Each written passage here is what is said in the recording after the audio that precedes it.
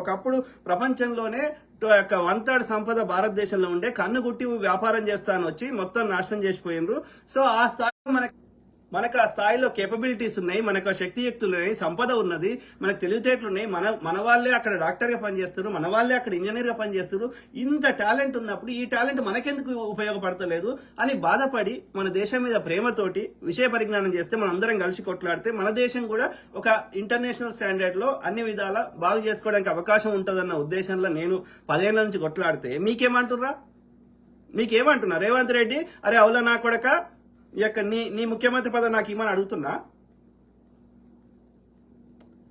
ఎందుకు దేనికి మిమ్మల్ని ఏం అంటలేను కదా, మీరు చేసేదానిలో దోసుకుంటూ తక్కువ తినరా అంటున్నా ఏ పార్టీ వాడైనా సరే, అంతే కదా. మీ సిద్ధాంతపరంగా కాంగ్రెస్ పార్టీకి మద్దతు ఇవ్వడానికి కారణం ఏంది? రేవంత్ రెడ్డిని చూసి కాదు. రేవంత్ రెడ్డి 3 ఏళ్ల కిందనో 5 ఏళ్ల కిందనో వచ్చినోడు. ఆ రాహుల్ గాంధీనో, ఆ ఇందిరా గాంధీనో, ఆ సోనియా గాంధీనో మాకు తెలంగాణ ఇచ్చిందన్న అభిమానమో, ఇందిరమ్మ ఇల్లు కట్టించిందనో, బ్యాంకులు జాతీయకరణం చేసిందనో, లేకపోతే ఇవాళ నా దేశంలో ఏమైనా కట్టిన ఏంటంటే ఆ తల్లి పుణ్యం వల్లనో, ఆ నెహ్రూ గారు యొక్క పంచవర్ష ప్రణాళికలు పెట్టి ఇవాళ దేశంలో ఉక్కు కర్మాగారాలైనా ఇంకా యొక్క నీటిపారుదల ప్రాజెక్టులైనా వాళ్ళ మొక్కలు చూసి వీళ్ళ మొక్కలు చూసి కాదు కదా. ఈ గాడి కొడుకులు చూసి, ఈ గాలిటొత్తాడు వేటోళ్ళు సిద్ధాంతాలు ఈ గాడి కొడుకులను చూసి కాదు కదా. అవునా కాదా? కాంగ్రెస్ రాదు, కాంగ్రెస్ చచ్చిపోయింది అని చెప్పి బీజేపీ అయితే కాంగ్రెస్ ముక్త భారత్ అనే అజెండా పట్టుకుని వచ్చింది. బీఆర్ఎస్ కాంగ్రెస్ తో పాటు అన్ని పార్టీల యొక్క 2014 ఎమ్మెల్యేలను తీసుకున్నది, 18లో తీసుకున్నది. 18లో తీసుకుంటే ఎవడు కొట్లాడినోడే లేడు. ఇదే ఉత్తమ్ రెడ్డి పోయిండ్రు, కేసీఆర్ గారి దగ్గర కేటీఆర్ దగ్గర డీల్ చేసుకున్నారు, చెరొక 1000 కోట్లు తీసుకున్నారు, నోరు మూసుకున్నారు. అయినా సరే మేము వీళ్ళని ఈ ఇప్పుడు మొన్నటికి మొన్న 14 సీట్లు వస్తాయన్నాడు రేవంత్ రెడ్డి. 8 వచ్చినాయి. ఎడబెట్టుకుంటావు తలక. నా ఎస్టిమేషన్ ఎప్పుడు తప్పు కాలేదంటాడు. అశ్విని దత్ బిడ్డతో నువ్వు రెడ్డోళ్ళ పిల్లని చేసుకుంటావు అంటాడు. అంటే ఈయన లైన్ వేసిండని అర్థం. ఆ ప్రియా దత్త అంటే ఆమెకి. అవునా కాదా? ఎవడరా వెళ్ళచాలా వానికి అందుకని ఇచ్చినవరా టికెట్? లేకపోతే కేంద్రంలో కాంగ్రెస్ వచ్చి ఉంటే ఇలా మన బతుకులు ఇంకా మంచిగా మారకపో. ఇలా పటాన్చేరు ఇండస్ట్రియల్ ఎట్లయింది? ఆ ఇందిరామ్మ ఇవ్వటం వల్ల కాలే. ఐడిపిఎల్, బీడిపిఎల్, ఈసీఐఎల్, ఇంకోటి కేంద్ర సంస్థలని ఇలా రాకపోంకిని ప్రజాస్వామ్యం ఉండకపో. పంచవర్ష ప్రణాళికలు మళ్ళీ ఇంప్లిమెంట్ కాకపోవునా, సైన్స్ కాంగ్రెస్ కాకపోవునా, ఇంత నిర్బంధం ఉండునా? దొంగ నా కొడుకులు. అరే మరి మీరు చేస్తుంది ఏంది? వ్యభిచారమే కదా అది. అది చెప్పుకొని డైరెక్ట్ చెప్పి అమ్ముకుంటుంది. మీరేం చేస్తున్నారు? దానికంటే గలీజ్ చేస్తున్నారు, అంతే కదా. ఎప్పుడు లంగ రాజకీయమేనా? వాడు బీఆర్ఎస్ ఒక్క సీట్ గెలిపియొద్దని బీజేపీని తెచ్చి కూర్చుంటే పెడతావరా? నేను వాడు మంచివాడు అంటలేను. బీజేపీ కంటే ఒక 2 బెటర్ అంటున్నా అంతే. బీజేపీ వచ్చిందంటే ఇంకేముందిరా, పొద్దుగాలైతే మతం చుట్టూ తప్ప ఏమైనా ఉంటుందా? ప్రతిదానికి జయ శ్రీరామ్, ఏ సమస్య అడిగినా జయ శ్రీరామ్ అంటారు. ఇక్కడ ఉన్న మూల శూద్ర దేవతలను వాళ్ళు మొక్కరు, కానీ ఎవరితో నార్త్ ఇండియన్ ఆర్యని తీసుకొచ్చి నా దేవుడు అంటారు.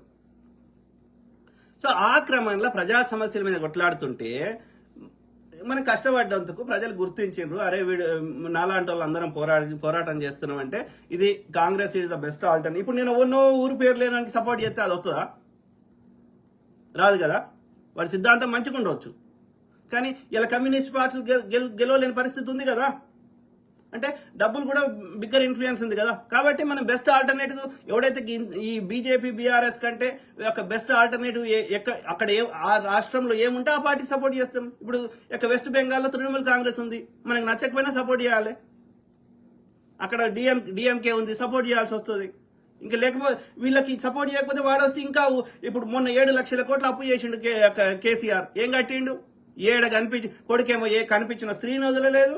తండ్రి కానీ తండ్రి చుట్టూన్న వాళ్ళు కానీ చెరువులు భూములు అన్ని తీసేసుకున్నారు. మళ్ళీ 4 లక్షల కోట్లేమో ఆర్బీఐ ద్వారా అప్పులు చేసారు. 3 లక్షల కోట్లేమో ఇక్కడ ఏది కాళేశ్వరం కమిషన్ల కార్పొరేషన్లు పెట్టి 7 లక్షల కోట్లు ఎవరు తీర్చాలి? వాడైతే దాదాపు 200 లక్షల కోట్ల దాకా తెచ్చిండు అప్పు. ఏం కట్టిండు? వాడేం కట్టలే, వీడేం కట్టలే. అంటే దోసుకున్నారు. దేశంలో ఎక్కడ ఎన్నికలు జరిగినా ఆ ఎన్నికలకు ఖర్చు పెట్టే స్థాయికి దోసుకున్నాడు కేసీఆర్. సో కాబట్టి వాళ్ళతో పోలిస్తే వీడు బెటర్ అని వీడిని సపోర్ట్ చేసినాం. దాని అర్థం వీడి కళ్ళు నెత్తి మీదకి ఎక్కికొని వీడు ఇష్టం ఉన్నట్టు చేయడానికి వీడు ఇష్టం ఉన్నట్టు వీడు కూడా అబ్యూజ్ చేస్తా అంటే ఇంకో ఆల్టర్నేటివ్ తయారు చేయాల్సి వస్తుంది. కరెక్ట్ కాదు కదా. Simple common sense. నాకు పదవి అడుగుతలేను, ఓకే, నాకు పైసలు అడుగుతలేను, మీకేం నొప్పి అవుతుందిరా? ప్రజల సొమ్ము ప్రజలకు ఖర్చు పెట్టింది, ప్రజలకు మంచి చేయరు అంటే నువ్వే చెప్తున్నావు కదా. ప్రపంచంలో నా పోటీ వేరే పక్క రాష్ట్రంతో కాదు, నేషనల్ మీడియాలో వచ్చిరా అని హిందీలో కూడా చెప్తున్నావు కదా. ఏమని నా పోటీ ఏది ప్రపంచ నగరాలతోటని అన్ని దేశాలు తిరిగేసి వస్తున్నావు కదా. సౌత్ కొరియా పోయినావు, అమెరికా పోయినావు, ఇంకో దేశం పోయినావు కదా. మరి నీ చర్యలు అట్లా కనిపించాలి కదా. ఈ పంచిపెట్టే కార్యక్రమాలు తగ్గించుకుంటేనే కదా. ఎన్ని ధనవంతుల దగ్గర ఎన్ని తెల్ల రేషన్ కార్డులు ఉన్నాయి పైసలు ఉన్న దగ్గర? పైసలు ఉన్న పేదోని కోసం కదా అవి పథకాలు. పైసలు ఉన్న కోసం కాదు కదా. పైసలు దుర్వినియోగం చేయొద్దు కదా. ప్రభుత్వ ఉద్యోగులకు అన్ని జీతాలు ఎందుకు ఇవ్వరాడు? ఏం బిక్తున్నాడు? ఒక ప్రైవేట్లో ఓడిస్తారా అన్ని జీతాలు? ప్రైవేట్ స్కూల్లో టీచర్కి ఓడిస్తాడు, ప్రైవేట్ స్కూల్లో ఉన్నటువంటి ఏమంటారు ఇది ఒక సాఫ్ట్వేర్ ఇంజనీర్కి ఏమిస్తాడు, వాడు చదివిన చదువుకి ప్రైవేట్లో పనిచేసే డాక్టర్కి ఏమిస్తారు? వీడు ఏం పని చేస్తారా? గవర్నమెంట్ ఉద్యోగి 10టికో 11టికో వస్తాడు, 2 సంతకాలు పెడతారు, మళ్ళీ 4 గంటల వరకు వాడు కనిపించాడు. హార్డ్లీ ఒక 2-3 గంటలు పనిచేస్తారు. మళ్ళీ సెలవులు వేరే, డిఏలు టీఏలు, తర్వాత పండుగలు పబ్బాలు, కొడుకు దగ్గరికి బిడ్డ దగ్గరికి అమెరికాకు పోతే 6 నెలలు సెలవులు. వీళ్ళకి లక్షల జీతాలు. ఆ కేసీఆర్ గారు పెంచిపోయిండు, తర్వాత ఇంకా పెంచుతూనే ఉన్నారు. ఒక టీచర్కి ₹1,00,000 జీతమా? ఇక ప్రొఫెసర్లకి యూనివర్సిటీలో ఉండేటోళ్ళకైతే 1,00,000 నుంచి 2 లక్షలు. ఏం బిక్తుర్రా వీళ్ళు? బయట ఓడిస్తుర్రా అని జీతాలు? పైసలన్నీ ప్రజల సొమ్మే కదా, అది నీ ఇంట్లో కోళ్ళు కాదు కదా. చిల్లం పల్లం చేసుకుంటారా? వాడు కేసీఆర్ గారు 4 లక్షల జీతం తీసుకున్నాడు నెలకి. మళ్ళీ ఎప్పుడు సెక్రటరీ రాలే. ఇది అధికారికంగా. ఇక అధికారికంగా కాకుండా ఇక మళ్ళీ లంగ కథలు పడేటి, దోసుకునేటి, డీల్ చేసుకునేటి అవి వేరే లెక్కలు. ఇక భూములు కబ్జాలు పెట్టేటి ఇవన్నీ ప్రాజెక్టుల మీద. దాని మీద ఎస్టిమేషన్ ₹100 అంటే ₹400 ₹1,000 పెట్టి దోసుకోవడం. వాడవాడు ఒక్క గ్లాసు అట ఎంత 20 లక్షలు ఎంత అట్లా ఉన్నాయి. ఏది అక్కడ హాస్టల్లో ఏదైనా చిన్న సామాను కొంటే ఎక్కడ బీజేపీ పాలిత రాష్ట్రాల్లో అంటే ఎన్ని రకాలుగా దోసుకుంటున్నారు. మళ్ళీ వీళ్ళకి ఒక నెల రోజులు పని చేసినా సరే వానికి రెస్ట్ ఆఫ్ ద లైఫ్ మొత్తం వానికి పెన్షన్లు వస్తాయి. మళ్ళీ రైళ్లలో ఫ్రీ వస్తాయి రిటైర్ అయినా కూడా, ఇది అయిపోయినా కూడా. ఎక్కడ ఎవరి సొమ్ము ఇది? ప్రజలది. పేదోడు, ఒక సామాన్యుడు, ఒక కూలి పని చేసినోడు, వాడు కొనుక్కునే వస్తువు మీద కట్టే ట్యాక్సులు రా ఇవి. పెట్రోల్ మీద కడతాడు ట్యాక్స్, జిఎస్టీ ప్రతి అరొక్క వస్తువు మీద, గూడ్స్ మీద కడతాడు, సర్వీస్ మీద కడతాడు, ప్రతి అరొక్క వస్తువు మీద కడతాడు. విదేశం నుంచి ఇంపోర్ట్ చేసుకుని ఇంపోర్ట్ ట్యాక్స్ కడతాడు. ఇక లగ్జరీ అంటే మందులు తాగేటి ఎంజాయ్ చేసేటి ఉంటాయి, వాటికి ఇంకా ట్యాక్స్లు ఎక్కువ ఉంటాయి. ఇన్ని రకాల ఒక సామాన్యుడు కట్టే ట్యాక్స్ల మీద మీరు కావరం ఎక్కి మేము మీకోసమే పుట్టినాం, మీ ప్రజాప్రతినిధులం, మీకోసం ఏమన్నా విక్తం అని చెప్పి మీ ప్రజల్ని కాల్చుకు తింటారు. దానికి కూడా ఒక లెక్క ఉంటుంది కదా తినడానికి కూడా.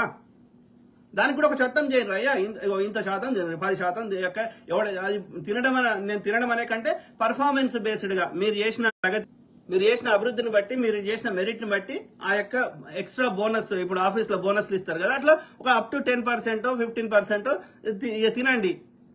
అది కూడా బెస్ట్ క్వాలిటీ మెయింటైన్ చేస్తూ మిగిలిన దానికి లెక్క చెప్పండి. కానీ దానికి కూడా ఒక లెక్క ఉంటుంది కదా తినడానికి కూడా. ఎండ్ ఆఫ్ ద డే ప్రజల యొక్క బతుకులు మారాలి కదా.